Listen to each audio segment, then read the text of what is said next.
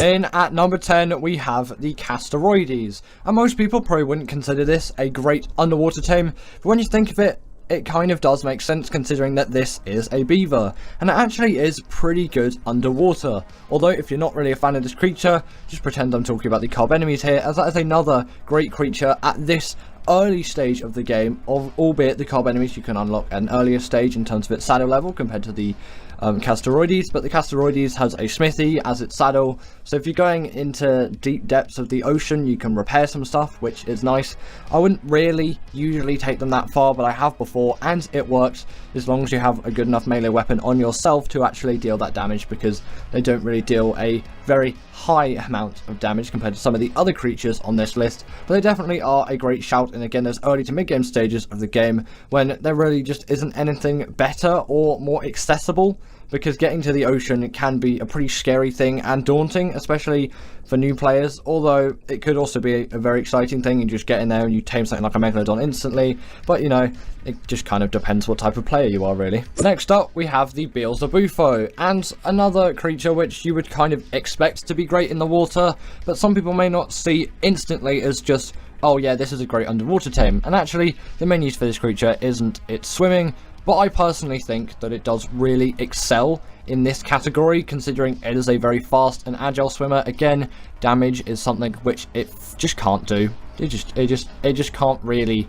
do any kind of damage. If underwater insects were a thing though, it would be amazing. Not like it can't do any damage though, it definitely can inflict something, and it can work efficiently in those scenarios, but it's mainly just for getting from A to B, and they're just so quick and agile in the water, you really can't take them out of this list, as sometimes you want a creature which can deal loads of damage, but they tend to be a lot slower than the creatures which are just really speedy and can't do a lot of damage, and it depends what you need for any scenario. If I'm just travelling around the ocean, I may take one of these things as they're small, very easily portable. I know cryos exist, so pretty much every creature is portable, but this one especially because it can fit through any kind of dino gate, and it's really small and it's really quick and surprisingly efficient underwater. Next up, we've got the Spino, and this definitely is a very underrated creature in my opinion for underwater travel, as you probably wouldn't think of using one, but if you ever do use one of these things for underwater travel, you realise how good they are. They're fast, they're agile, they have that hydration buff, which really does play a huge part in these creatures being great underwater, as that is a buff which makes their damage just so much more effective. Like on land, yeah, they deal loads of damage and they're a great carnivore even for bosses, but you take that into the water and it's buffed even more. It's just an insane ability to have. Not sure if they have oxygen, because I think they didn't used to and now they do, but I'm pretty sure the drain is just so slow, it's not going to affect you either way, and you're going to be totally fine with that drain, no issues whatsoever. Either way, every time I've used a Spino underwater, you can see it kind of being used here, that oxygen has not been an issue. And if you did want to do the underwater caves with these things on a map like the island, it could be a great shout, as it can easily kill things like Moses and Plesios and those kind of creatures, and also Dunkleostises as well, which can be a little bit of a pain because they're quite armoured, but it will shred through them easily and quickly, and it's really an efficient creature in underwater scenarios, but the only real downside is its size. It's quite a big creature to be taking underwater, which, you know, could play to your benefit because you're trying to deal loads of damage, but sometimes it's not really quite what you want, and you might want a bit of a smaller carnivore like the next creature which is on this list, but it still has huge amounts of value underwater. And if you've never used one before in the ocean of any Ark map, I would definitely advise that you tame yourself a Spino and get into the ocean depths. In at number 7, we've got the Baryonyx. But why is this better than the Spinos? You might think Spino bigger, just better version of the Baryonyx, really. Well, the main thing is due to its size and agility and mobility. I vastly prefer it over the Spinos underwater. Again, Spino, a great underwater creature, but this would be more my go-to, and especially with the underwater caves on a map like the island. And ASA is a great example here because it only really has the island. I know Svartalfheim is there as well, but most people are just playing the island. The Baryonyx is a great shout, and it is so convenient for getting down there, and especially considering it has a special ability as well, which underwater doesn't work on land, but if you right click on your mouse, it will do a spin attack, and it can stun creatures up to the size of a Megalodon, making it a very great creature for combat underwater as well, because it deals a significant amount of damage and actually has a pretty high health stat. And again, with that mobility, they're very useful underwater, and the fact that you can stun a creature like the Megalodon, nothing bigger obviously, Moses and Plesios, that's not going to happen, but like, it's just such a cool and nice little ability to have, which really gives you a kind of a blanket of protection underwater, as you can quickly get away from any threats that are Megalodon sized or smaller if need be. Next up, we've got the Ichthyosaurus, and it did really have to be on this list at some point, didn't it? When you think of this as pretty much one of the best creatures for getting around the ocean biome in Ark, it's just one of those creatures which is fantastic, amazing, and I don't know, this creature, there's just so much about it which makes it very appealing, especially for your first, like, proper underwater tame, Castaroides, carb enemies aside, as they're passive tame and they often don't spawn in the ocean depths. I'm pretty sure they don't even spawn, but they spawn, well, they do spawn, but they don't spawn in the depths of the ocean. They spawn on coastlines, and if you just get a little bit of, I think even normal meat works, and go up to it and just passive feed them, just gradually, especially because you've got taming tracker now, you can just chuck that on after you put the first meat of meat into them, and then you can just track them, and then whenever you're ready to put that second piece of meat in, then go for it, put the next piece of meat in, and just keep doing that, and then you've got yourself one of these things. Just park it in one of Ark's many bays, which you'll find, and then craft yourself a saddle, and get out there into the ocean, and it really is a huge gateway into the water, and you can always take it out to the surface here like I'm doing, because I didn't even know this thing was pink, but now I do. Lovely pink coloured Ichthyosaurus. In at number 5, we've got the Moser, and this creature definitely did have to be on this list, and especially with X-Mosers, it's just an even better creature now. It's just, man, the Moser is one of the most hard-hitting ocean creatures, and it does have a platform saddle as well, although I don't really find that to be the most useful out there, because, you know, I don't really need an underwater base. I can always just build in any underwater caves if I need one, and I don't need a mobile base on the back of a mosasaur. So I never really used that platform saddle, and also I always find my platform saddles on creatures like Mosers and Titanosaurs and Brontos, and sometimes even Quetzals when you build a base on the back of them, that you just really can't see anything, and I like to be able to see a lot around me. But X-Mosers on Gen 1, you can really get so much use out of the Mosasaurus, and they just deal so much damage, and great for the Moda boss fight on that map too, but just great for killing anything underwater if that's your thing. Next up, we have got the Megalodon, and I think that this creature definitely does have to be put on the list here for great ocean creatures, as it is a ridiculously easy to tame on underwater, on any map, on underwater, in an underwater scenario, on any map. These things are so easy, especially X-Megalodons. I know this is slightly harder to tame, and it's on the Gen 1 ocean, so there's a lot more eels around, but still, if you have Gen 1, go for an X-Megalodon on that map. You will not be unhappy with that tame, because they're so easy, even on any map, just no matter the map. Yes, X1's a little bit harder.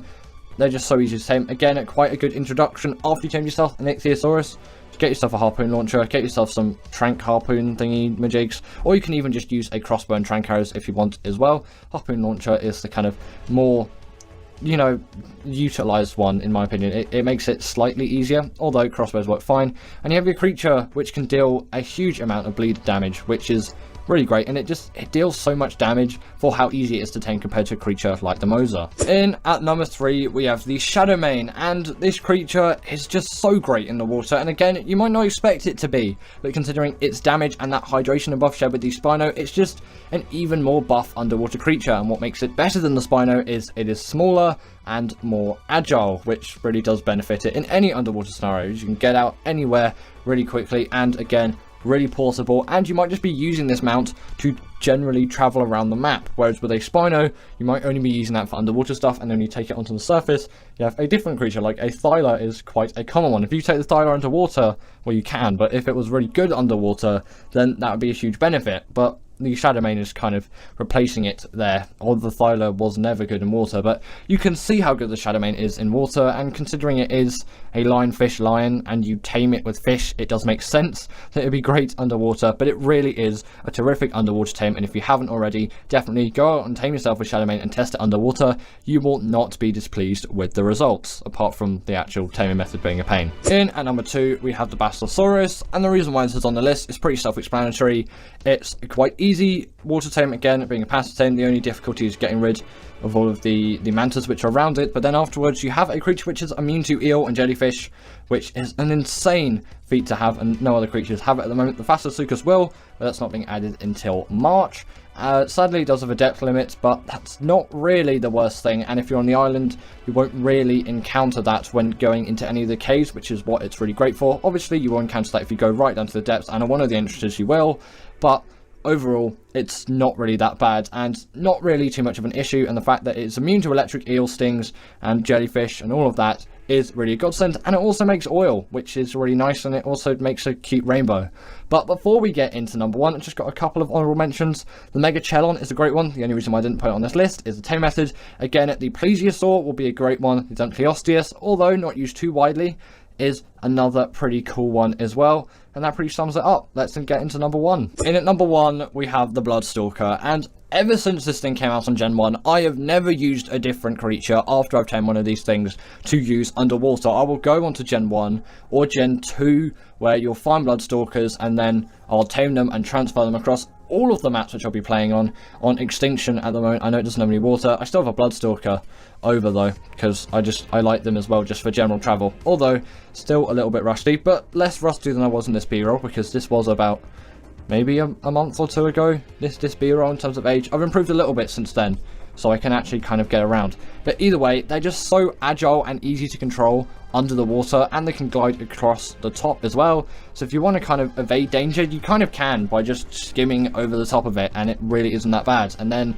as long as you're not just in the middle of the ocean with nothing else to grab onto, you can always just swing onto something if it becomes a little bit too dangerous and just get out of that situation. If you're in the middle of the ocean, at least these things do have a great damage stat and can pull some smaller creatures in as well to suck the life force out of them, and then that's actually kind of creepy, and they also do that to you if they get low enough health. Either way, really agile, really quick ocean mounts, and if you've ever used one in the ocean before, you just know how effective they are, and they're pretty much faster than everything else, which definitely plays to their benefit, as you can kind of get out of any danger whatsoever. Nothing which can come near you will do any significant damage to you, because you can just quickly zip away like that. If you haven't already, I really urge you to try this creature underwater, and afterwards, I'm sure you'll never go back. The top 10 Armoured Ark Tames. In at number 10 is the Carb Enemies, and this creature has very obvious armor, being a turtle, and also it does have damage reduction along with that armor as well, which most creatures on this list do actually have, which is a nice ability to have, and it's the benefits of having armor, obviously. And its tail is armored along with its back, where its legs are obviously exposed, and if you're taming one of these things, you always want to shoot for that point on its body, as the damage reduction and torpor reduction won't apply in those areas. Its head armor also does apply as armor as well, and I think the under of its belly does apply as well. Either way, this thing is a literal tank with loads and loads of armor all over it, and it is a great creature in the beginning stages of the game if you want to go out and farm those silica pearls and oil if you don't have beaver dams at the ready, but the oil part will still be extremely useful in the early game, as taming an underwater creature can be a bit of a drag. Although the Ichthyosaurus isn't too bad and will do a better job than this thing, you can just have this really early on to do all of your oil gathering, and it actually really isn't too slow in the water, although it is pretty slow on land. Next up, we have the Arthropleura, and this creature pretty much just has armor all the way along its body. Not sure if this has any damage reduction or torpor reduction or anything like that, but it is very heavily armored all along its body. If you call that armor, I would call it armor. It is definitely armor looking like, and it kind of makes sense considering it's an insect. It's its exoskeleton, which does count as a form of armor. And in terms of this thing's use for the general PvP, not PvP, for the general PvE player, these things won't really be of much use to you, but for the general PvP player, these can be of extreme use, as they can destroy any type of structures, which is a great option for doing raids, as these things are a really sneaky creature, and they do a heck of a lot of damage when it comes to destroying structures. They can even destroy tech, which is an absolutely insane ability for a creature of this size to actually have. Now, the Gacha technically does have a lot of armor along its back, with those rocks literally sticking out from it, and it kind of is generally armored all over. Although it doesn't have the most armor of any creature, it has an extremely amazing use, which is the fact that the crystals on its back can give you a variety of resources, which you can choose in the options menu in its inventory, but also if you give it snow owl pellets, it can give you absolutely insane OP loot, which you really don't want to miss out on. And albeit it has been nerfed since release, it is still a very OP option if you obviously have a snow owl and a gacha to go around, or even just a gacha to itself, and you can see this in action here. And you can even get gachas, if you're really lucky, to make you element dust, I think is what it's called, although that isn't as useful anymore now since Gen 2 released. And in at number 7 we have ourselves the Velonosaur, and in my opinion this is an armoured creature. You can kind of see its face is somewhat armoured, and on its back it's got all those spikes and things like that. I would count this as an armoured creature, but I'm not going to whack it up really high in case anyone gets too annoyed about this creature, as yes, I can say it isn't the most armoured creature out there, but it definitely is one which I think every Ark player should respect, as it has a great ability where it can fire its spines, I guess you could say, or spurs, whatever you really want to call them, and just shoot them into any target. And sadly it doesn't scale with melee damage, but if you level up your stamina, these things can absolutely pump these things in to any creature which you may want to be attacking. And also with that, their stamina drain is one of the lowest in the game out of every creature, and I really think at some point you should give the Velonosaur a go, especially if you have Genesis Part 2 or Extinction, because they kind of spawn on those maps, and mainly on Gen 2 actually, as the Velonosaur is really a great creature, just an upgraded version of the original creature, which I really like already. Now we've got the Stegosaurus, and this thing has rider protection, so it's an armoured creature, and also with all of its armour plates all along it, it definitely fits the list very well. But why have I put this thing so high on the list? Comparatively, you would just think this is just your generic herbivore. Well, apart from just being your generic, pretty good herbivore actually, it is a great gatherer of berries and of wood as well. Since the TLC 3 update, this thing is amazing at doing any kind of turret soaking, berry gathering, and wood gathering on top of that as well. And Microraptors can't seem to attack this thing, which is very much to your benefit, as Microraptors, yeah, no one really likes Microraptors. They are so annoying in like every case. But you know, rider protection coming to the rescue here. But in terms of obviously their main abilities, they have 3 plate modes. The sharpen plate, that's going to deal the most damage, and also give you the capability to harvest bushes, as you can't do it in any of the other plate modes as far as I'm concerned. Then you got the heavy plate, which is good for wood gathering, and then you have also got, I can't remember what it's called now, you've got, it's something like the armored plate. Either way, it's what the other plate is. You've got the sharpened, heavy, yeah, I think it's the armored plate, and that plate is going to be great for turret soaking, as it's going to give it so much damage reduction, and it's actually insane how much damage reduction this thing actually has. Also, if I got the plate wrong, just list the name down below in the comments. I really do need to remind myself. In at number 5 is the Shadowmane, and you may think that this creature isn't armoured at all, but I did a little bit of research before this video to prove a statement which I was already going to say about this thing.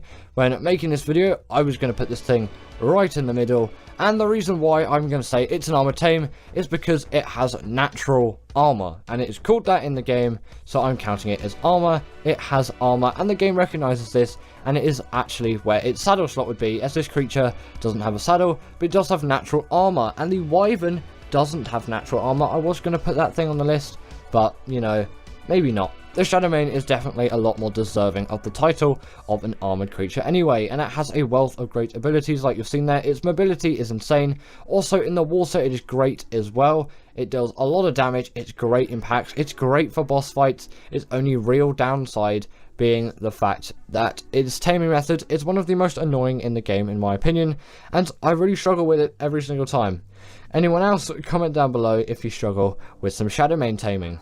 Now, the Rhino Ganatha is one of the most recent additions to Ark, and you can just see how much armor this thing has all over its body, and it is a really great creature. But also, considering it's an insect, it kind of makes sense. Basically every insect in the game is armored. If you didn't know already, the Rhino Ganatha spawns on the island and also the Lost Island, and in the old version of Ark it is actually extremely rare where a tool like Dino Creature Finder Deluxe, sorry, can't even read the title of the mod.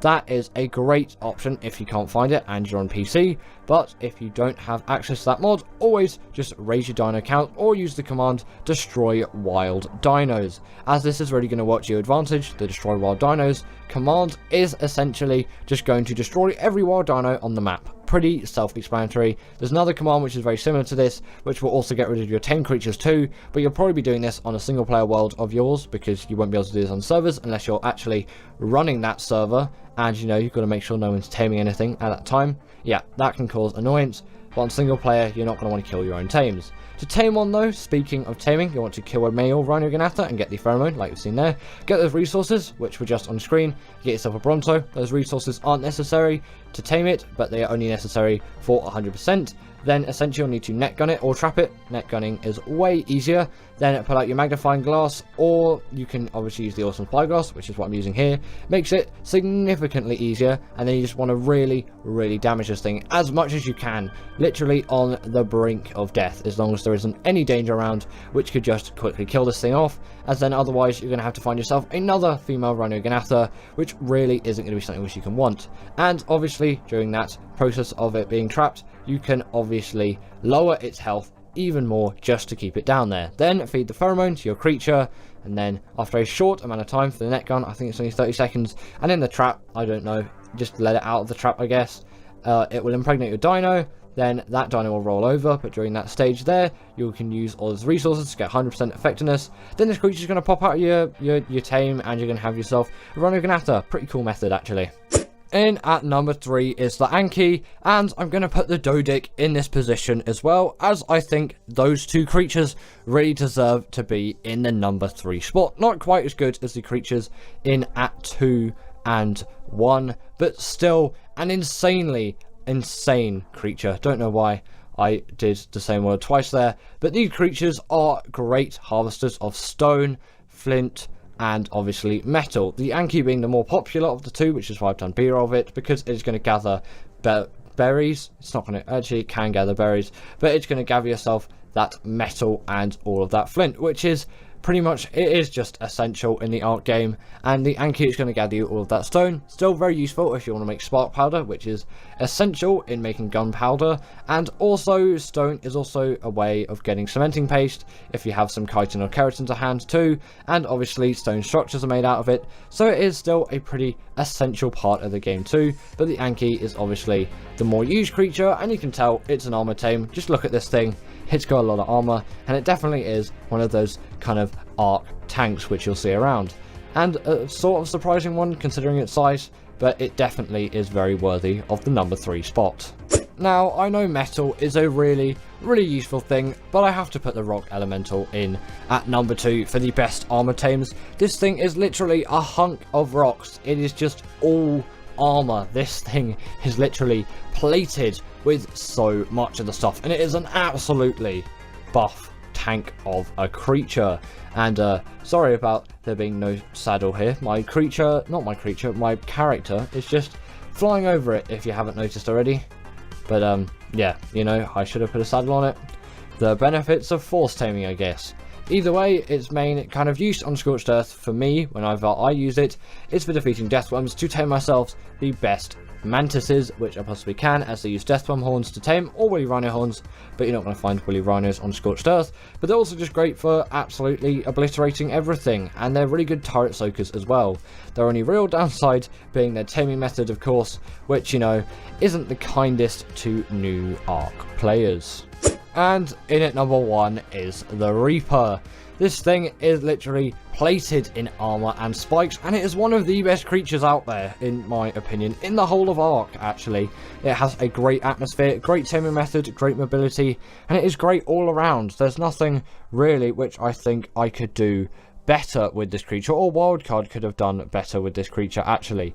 It's almost a perfect tame. And I have to say almost because, you know, there is never actually ever a perfect tame. There is always going to be a creature which is going to be better at that job. But in terms of this thing's taming method, because I'm talking about taming so much for some reason, you essentially need to get impregnated by it, which you'll do by trapping one of these things, then getting it to glow a pink glow. I think it needs to be below 1000 health. Then go up to it, it will impregnate you. Then just gather loads and loads of XP if you want 100% effectiveness. Otherwise, just wait for this baby to hatch, get some Reaper pheromone glands to hand so the baby doesn't want to kill you quite as much, so you can actually claim that thing and raise it as yours. And then from there, it's pretty simple. You just raise up that baby, and then you have yourself this absolute hunking beast of a creature, which is an absolute joy to ride around on. It is extremely mobile and can do so much, and it does a heavy hitting amount of damage too. Truly the best armoured creature. And give it up for our patrons, Ekaterina Puchkova and Karina Thorne, Dominic Maciejewski, sorry about that name, and everyone else that's on this list. All the people I've mentioned are paid members, and if you feel like that's something you want a shout out at the end of the video, go join the Patreon or become a paid YouTube member.